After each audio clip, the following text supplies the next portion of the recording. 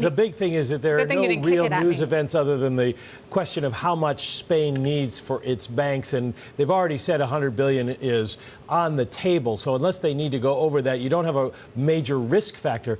But the Germans are already out in force today, walking back euphoria over this agreement, saying, no, there is conditionality on any of these loans. Now, you were always able to have the ESM, the rescue fund, buy sovereign bonds. It just has to be approved by the individual states. Germany making it clear, well, maybe we won't. We're going to have to talk about that. So it's not as simple a victory for everybody as people think. We try to cover it all here. I found it remarkable. The PRI returns in Mexico. This is the legendary party for decades. What does that signify? 70 years in power, and then they were kicked out 12 years ago.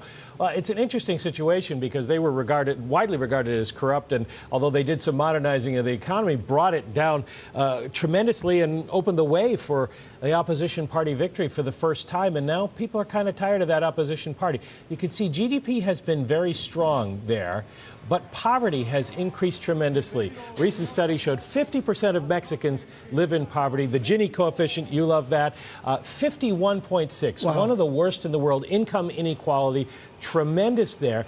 And yet, it's been an investor darling for the past year. The stock market there up 13%. The peso. And I brought pesos for Sarah. The Mexican peso up 6.5% against the dollar. Last week was the week of the McKee drachma. You spent those this week at Nordstrom, right? The world's best performing currency this year is the Mexican peso. Thank you very much. I have a can and I have a peso. I'll put the peso in the can. You have 20 pesos. World's best performing major currency. What's the biggest stereotype we have wrong about Mexico?